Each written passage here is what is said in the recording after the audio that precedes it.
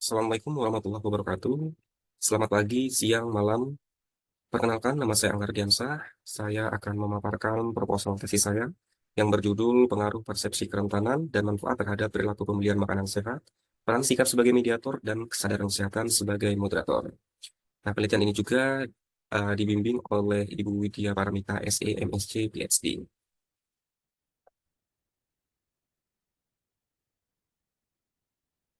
Makanan sehat sendiri didefinisikan sebagai makanan yang mengandung zat gizi penting untuk menjaga kesehatan tubuh, meningkatkan imunitas, dan mencegah berbagai penyakit. Nah, menurut Newfield, Hendrik, dan Hugas tahun 2023, makanan sehat mencakup buah-buahan, biji-bijian, sayur-sayuran, dan daging-daging rendah lemak. Selain itu, menurut Yang Gao tahun 2024, yang membedakan makanan sehat dan makanan konvensional itu terletak pada pertimbangan bahan makanan yang digunakan. Nah, topik makanan sehat ini saya angkat untuk saya teliti menjadi topik penelitian tesis saya, itu berdasarkan dari tren-tren positif maupun negatif yang terjadi di Indonesia. Nah, berdasarkan survei Telka Research untuk Herbalife Asia Pasifik, menunjukkan bahwasanya ada 89% konsumen Indonesia menyadari pentingnya pola makan sehat sebagai komponen utama untuk mendukung kesadaran fisik dan mental mereka. Ini penelitian yang dilaporkan oleh Purwanto 2025. Kemudian ada tren positif lainnya yang dilaporkan oleh Statista tahun 2024 yang mengatakan sikap masyarakat Indonesia kini mengarah lebih positif pada konsumsi makanan yang lebih sehat. Nah, ini terlihat pada persentase tertinggi yang ada di gambar. Sebesar 69% responden dalam penelitian mengatakan mereka secara aktif mengkonsumsi makanan sehat.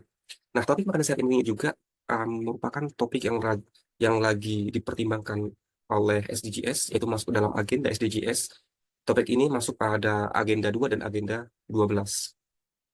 Selain tren positif, tadi saya sebutkan ada tren negatif yang terjadi di Indonesia, yang mana berdasarkan laporan berdasarkan data Kementerian Kesehatan di Indonesia menyebutkan bahwasannya sebesar 75% kematian di Indonesia itu disebabkan oleh penyakit tidak menular.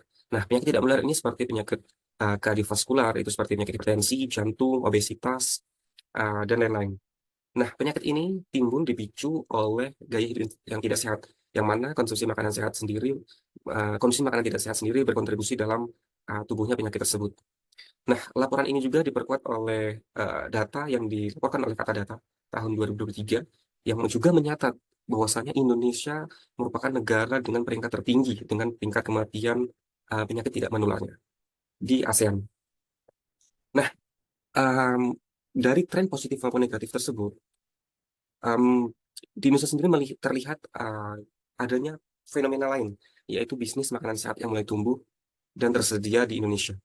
Nah, berdasarkan laporan dari Gustad yang bersumber dari Populix, ada beberapa bisnis makanan sehat yang populer di kalangan masyarakat. Salah satunya ada Salad Stop. Dan di Jogja sendiri, saya telah mencari dan melihat bahwasanya ada cukup banyak restoran makanan sehat yang mulai uh, menambahkan menu-menu makanan sehat di restoran mereka. Nah, meskipun demikian, meskipun uh, konsumsi makanan sehat, sustainable consumption itu merupakan agenda dari SDGs dan di Indonesia sendiri merupakan ada tren-tren positif yang terjadi di Indonesia, namun implementasinya di tingkat masyarakat dari segi konsep konsumsi itu masih menghadapi tantangan yang sangat besar. Nah, di Indonesia sendiri untuk realisasi konsumsi makanan sehat masih tergolong kurang dan konsumen masih cenderung mengkonsumsi makanan-makanan yang tidak sehat berdasarkan laporan dari USPAR dan Fahmida dan Latsmi tahun 2021. Konsumsi makanan sehat sendiri berdasarkan literatur dipengaruhi oleh beberapa variabel. Menurut Akram dan kawan-kawan, konsumsi atau keputusan pembelian makanan sehat ini dipengaruhi oleh persepsi manfaat yang konsumen rasakan ketika mengonsumsi makanan sehat. Dan Chang dan kawan-kawan 2022 mengatakan um, perilaku pembelian ini dipengaruhi oleh persepsi mereka terhadap kerentanan mereka ketika mereka atau jika mereka mengonsumsi makanan yang tidak sehat. Namun hubungan-hubungan ini masih ada inkonsistensi hasil dalam literatur. Yang mana berdasarkan penelitian dari Savelli dan Murmura 2023, Marti 2025, Purwanto dan Rahayu 2024, dan David dan kawan-kawan 2023 mengatakan hubungan-hubungan tersebut signifikan. Sedangkan pada penelitian lainnya, Yilmaz misalnya tahun 2003 dan Baru Saite dan kawan-kawan 2003 mengatakan tidak signifikan. Nah, artinya masih ada perdebatan yang uh, masih perlunya penelitian lanjutan. Nah, berdasarkan temuan dari Baru Saite dan kawan-kawan, Hubungan ini perlunya ada faktor psikologis yang turut mendorong perilaku pembelian. Oleh karena itu, peneliti menambahkan variabel sikap sebagai mediasi yang dapat menjembatani hubungan dari kedua persepsi terhadap perilaku pembelian. Nah, asumsi ini juga didasarkan oleh penelitian X, Huang, Dai, dan Su tahun 2020 yang mengatakan bahwa sikap yang merupakan representasi dari penilaian individu terhadap suatu perilaku ini berfungsi sebagai konstruk yang berpengaruh pada niat dan perilaku. Namun, dalam literatur juga mengatakan bahwasanya hubungan antara sikap dan perilaku ini juga mengalami inkonsistensi hasil, artinya masih dapat diperdebatkan. Yang mana dari penelitian Asif DKK 2014, Al-Swidi DKK tahun 2014, dan Pria 2016 memiliki hasil yang berbanding atau kontras dengan penelitian dari Devi DKK 23 dan Eberle DKK 22 yang mengatakan tidak signifikan. Dengan kata lain, hubungan atau pengaruh sikap terhadap perilaku mungkin bergantung pada kondisi tertentu yang memperkuat atau memperlemah hubungan tersebut. Nah, sehingga berdasarkan argumen tersebut, kesadaran kesehatan dipandang sebagai variabel moderasi yang relevan. Nah, argumen ini juga didukung oleh penelitian Devi DKK 23 yang menunjukkan bahwa konsumen akan cenderung membeli makanan sehat dengan tingkat kesadaran kesehatan yang lebih tinggi. Nah, dalam literatur juga ditemukan bahwasanya inkonsistensi hasil ini disebabkan atau berbeda berdasarkan lokasi penelitian. Nah, keragaman hasil ini menegaskan perlunya kajian ulang mengenai persepsi kerentanan dan persepsi manfaat terhadap perilaku pembelian makanan sehat di dalam konteks Indonesia.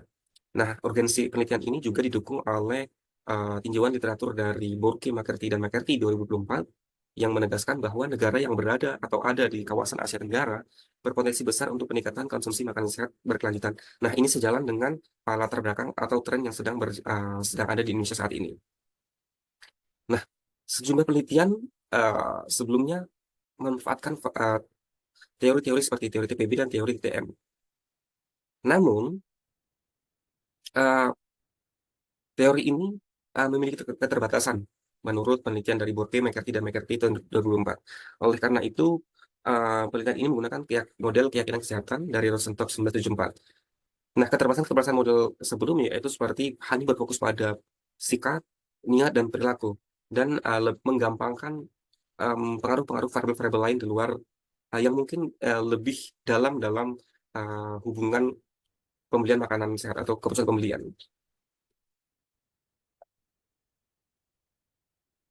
Sehingga penelitian ini ada 6 penelitian yang salah satu contohnya adalah apakah persepsi kerentanan berpengaruh positif terhadap sikap terhadap makanan sehat, dan apakah persepsi manfaat berpengaruh positif terhadap sikap terhadap makanan sehat. Seperti yang saya sebutkan tadi, penelitian ini menggunakan model keyakinan kesehatan yang dikembangkan oleh Rosenstock. Namun, penelitian ini pertama kali dikembangkan pada awal 1990-an oleh sekelompok psikolog dari United States Public Health Service. Ini merupakan respon dari uh, rendahnya partisipasi masyarakat dalam program pencegahan penyakit. Dan kemudian model ini sering digunakan pada penelitian-penelitian kesehatan untuk mendeskripsikan dan memperkirakan perilaku terkait kesehatan serta tindakan pencegahan penyakit. Dan model ini berasumsi bahwa seseorang akan melakukan tindakan pencegahan apabila mereka merasa berisiko tinggi terkena penyakit dan melihat adanya manfaat dari perilaku pencegahan yang dilakukan. Berikut merupakan pengembangan hipotesis. Yang pertama ada hipotesis pertama yaitu persepsi kerentanan berpengaruh positif terhadap sikap terhadap makanan sehat. Kemudian hipotesis kedua persepsi manfaat berpengaruh positif terhadap sikap terhadap makanan sehat. Dan hipotesis tiga sikap terhadap makanan sehat berpengaruh positif terhadap perilaku pembelian makanan sehat. Hipotesis keempat, sikap terhadap makanan sehat memediasi hubungan antara persepsi kerentanan dan perilaku pembelian makanan sehat. Hipotesis kelima, sikap terhadap makanan sehat memediasi hubungan antara persepsi manfaat dan perilaku pembelian makanan sehat. Dan terakhir, kesadaran kesehatan memperkuat hubungan antara sikap terhadap makanan sehat dan perilaku pembelian makanan sehat. Nah, model ini merupakan pengembangan dari model yang dilakukan oleh X, Wang, Dai, dan Su tahun 2020. Untuk menyelesaikan penelitian ini, saya menggunakan pendekatan penelitian kuantitatif, menggunakan pendekatan survei, dengan metode pengambilan sampel menggunakan populasi sampling, dengan cara mendistribusikan kuesioner. Kriteria sampel pada penelitian ini, yang pertama ada minimum berusia 18 tahun, dan responden mengetahui mengenai makanan sehat, dan terakhir responden memiliki akses dan pengetahuan untuk membeli makanan sehat. Nah, kuesioner dibuat menggunakan Google Forms yang kemudian akan disebarkan menggunakan sosial media seperti WhatsApp, Instagram, TikTok, dan Facebook. Dan data akan Pengambilan data akan dilakukan menggunakan Kudata juga. Em, untuk minimum jumlah responden, penelitian ini berdasarkan rekomendasi dari Hare dan kawan-kawan tahun 2001 yang mengatakan item pernyataan dikalikan dengan 10 sehingga minimum responden yaitu 200 responden. Kemudian data yang dikumpulkan nantinya akan dianalisis menggunakan perangkat lunak seperti Smart PLS 4. Untuk definisi variabel, persepsi kerentanan mengacu pada perasaan subjektif individu mengenai kerentanannya terhadap suatu risiko dan kemungkinan terpapar terhadap suatu penyakit. Nantinya diukur menggunakan 4 item pernyataan yang dari Wang dan kawan-kawan tahun 2001. Kemudian ada persepsi manfaat, itu merujuk pada hal positif, seperti bisa lebih sehat, bahagia, dan lain-lain, yang dicapai dengan menerapkan perilaku kesehatan. Nah, ini nanti akan diukur menggunakan 4 item pernyataan yang diadaptasi dari Wang DKK tahun 2021. Kemudian, sikap terhadap makanan sehat, ini diartikan sebagai penilaian individu, baik positif maupun negatif terhadap suatu perilaku. Nah, untuk definisi pada sikap terhadap makanan sehat, merujuk pada penilaian konsumen, baik positif maupun negatif, terhadap produk makanan sehat. Dan sikap nanti ini akan diukur menggunakan 4 item yang mengacu pada penelitian Hidayat dan kawan-kawan tahun 2021. Kemudian, untuk perilaku pemilihan makan sehat itu mengacu pada tindakan individu dalam memilih, membeli, dan mengonsumsi produk makanan dengan maksud untuk memenuhi kebutuhan maupun keinginan mereka. Nanti diukur menggunakan 4 item pernyataan yang diadaptasi dari Van Kwong, Mergenthaler, dan Coins tahun 2025. Terakhir, kesetaraan kesehatan menurut Gold merujuk pada tingkat kesetaraan individu terhadap gaya hidup sehat mereka dan sikap mereka terhadap kesehatan. Nah, ketika konsumen peduli pada kesehatan, mereka lebih mungkin meluangkan waktu untuk mencari produk yang diyakini memberikan manfaat kesehatan seperti makanan organik atau makanan yang lebih alami. Nantinya akan diukur menggunakan 4 item pernyataan yang juga diatasi dari penelitian Van Pong dan kawan-kawan tahun 2025. Ah, Penelitian ini akan analisis data akan digunakan pada penelitian ini yaitu PLSM yang melalui Smart PLS 4. Pertama kali akan dievaluasi menggunakan model pengukuran, yaitu ada uji validitas yang diukur menggunakan convergent validity, yaitu melihat dari nilai faktor loading, itu harus lebih besar dari 0,70, dan AV lebih besar dari 0,5. Serta discriminant validity, itu melihat dari HTMT, lebih kecil dari 0,90 itu lebih baik. Kemudian melihat dari uji reliabilitas, itu melihat dari composite reliability lebih besar dari 0,7. Kemudian dan juga dengan evaluasi model struktural, yang pertama uji kolinearitas model, yaitu nilai toleransi yang kurang dari 0,20 atau nilai FIF lebih besar dari 5, menunjukkan adanya potensi kolinearitas akhir dan kawan-kawan 2020. Kemudian melihat dari variance explain atau R2, yang mengukur seberapa besar proporsi variance dari konstruk dependen yang dapat dijelaskan oleh konstruk independen dalam model. R lebih besar dari 0,25, lemah, R2 lebih besar dari online sedang, dan R kuadrat lebih besar dari 0,75 dianggap kuat, yang menunjukkan penjelasan variance yang berbeda. Kemudian melihat dari efek size atau F2 untuk melihat seberapa besar pengaruh relatif dari suatu konstruk laten terhadap konstruk laten lainnya dalam model. Yaitu F kuadrat lebih besar dari 0,02 itu dianggap kecil, lebih besar dari 0,15 dianggap sedang, dan lebih besar dari 0,35 dianggap besar, menunjukkan ukuran efek yang berbeda. Kemudian dijanjikan dengan prediktif relevansi, yaitu atau Q kuadrat, untuk mengukur relevansi prediktif dari model. Q kuadrat lebih besar dari 0 menunjukkan model memiliki relevansi prediktif yang lebih baik. Kemudian karena penelitian ini menggunakan kuesioner dan ada kemungkinan bias pengisian dari responden, maka dilakukan common method bias untuk meminimalisir adanya bias pengisian dari responden. Metode ini dilakukan menggunakan Harman single factor test yang dilakukan menggunakan alat analisis SPSS. Kemudian untuk analisis jalur, dilanjutkan menggunakan uji hipotesis atau bootstrapping yang dilakukan menganalisis alfian jalur atau beta bernilai positif dan signifikan itu lebih kecil dari 0,05. Mungkin hanya itu yang dapat saya sampaikan. Atas perhatian saya ucapkan terima kasih. Saya akhiri. Wassalamualaikum warahmatullahi wabarakatuh.